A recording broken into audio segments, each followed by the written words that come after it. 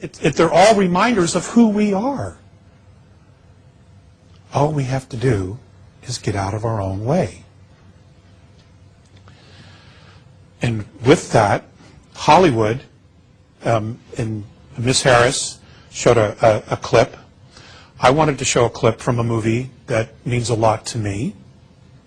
And it's a movie called The Legend of Bagger Vance. And it's about a young man who went to war, who came back, and had lost his authentic swing. He was a golfer. But the swing, authentic, is his soul. He had lost his soul in war. Now, you don't necessarily, war doesn't necessarily make people lose their soul. I've seen what it does to young men and women. But a family tragedy, car accident, death of a family, a divorce, the loss of a child, any of these things could cause one to lose their authentic swing, their soul. So what I would like to do at this moment is play this for you.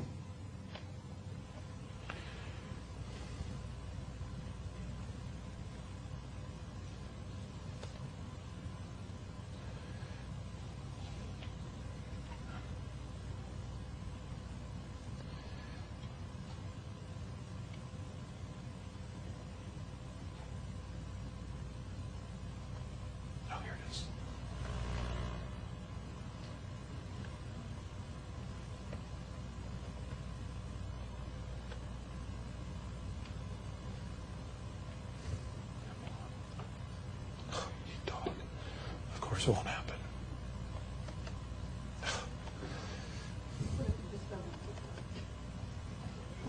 Thanks.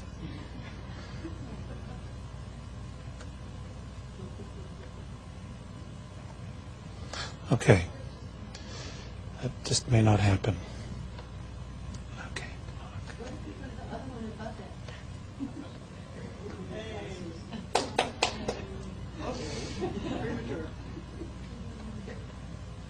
There it is.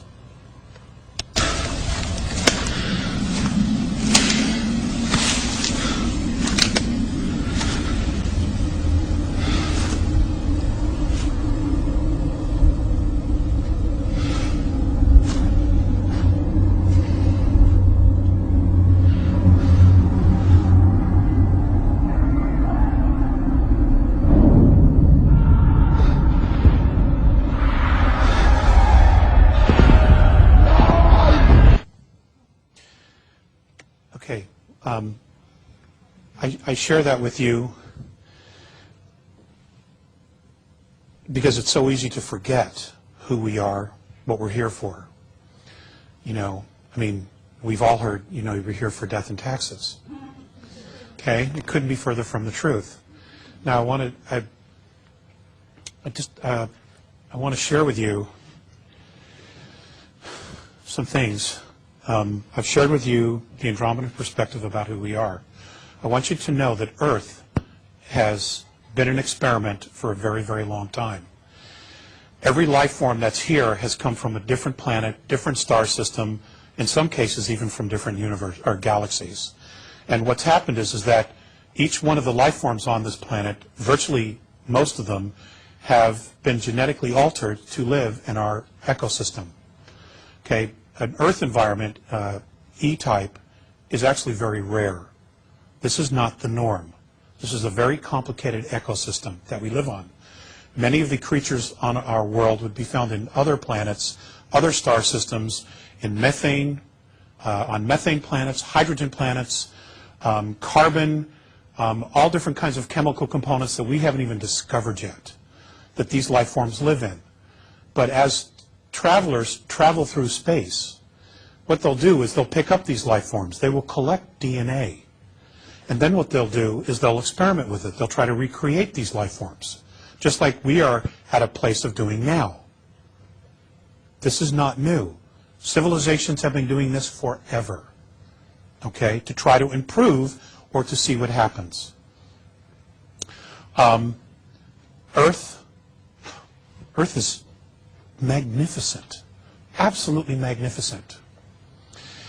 And many of the extraterrestrial races that have talked to the Andromedans have just been beside themselves at how bad it's gotten. They just don't understand why we, as a race, would allow any of our governments to use technology that they know is harmful to the planet. They just don't get it. And like the clip said, now is the time. Now is definitely the time to make some changes. And I know you guys are. You know, I know you're so dedicated that you've made the time and put the resources together to come here to hear the speakers, to make the changes within yourself, to share this stuff with your friends and share the DVDs. I know that. But like I said, life, these tapes, these DVDs have a life of their own. They go other places. Thank you.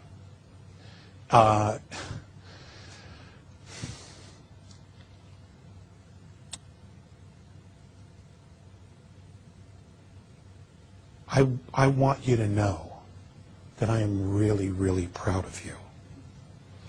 And I'm really proud of us. And I know that we have not shown our qualities as a race on this planet through our history. But I also know that when the chips are down, that most people will stand up and they will do the right thing. I know that. And I truly feel that.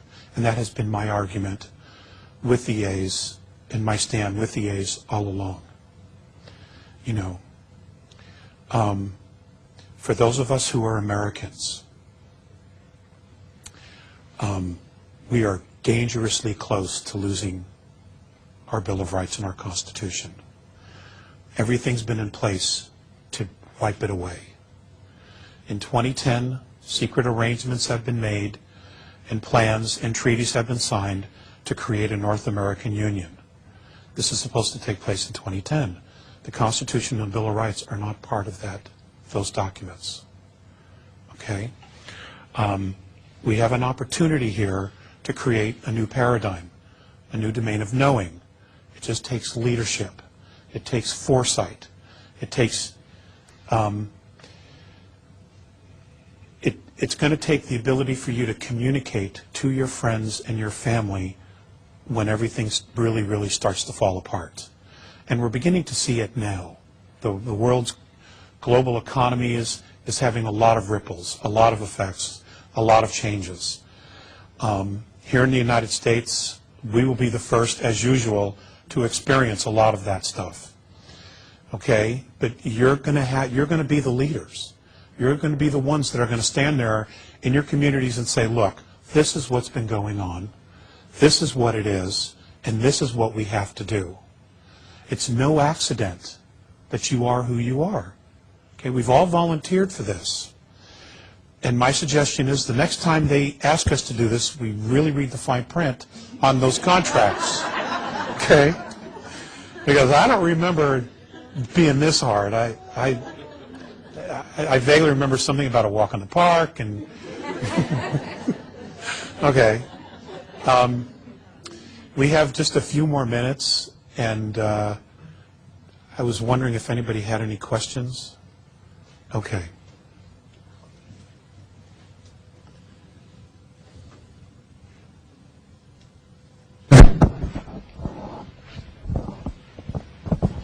If you could speak to death, both for us and death for the Andromedans, and where and how that ties together, perhaps. Death.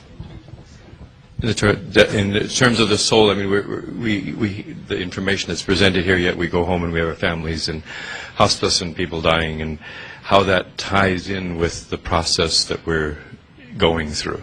I mean, you spoke of lifetimes, you spoke of reincarnation. Right. That's a great question.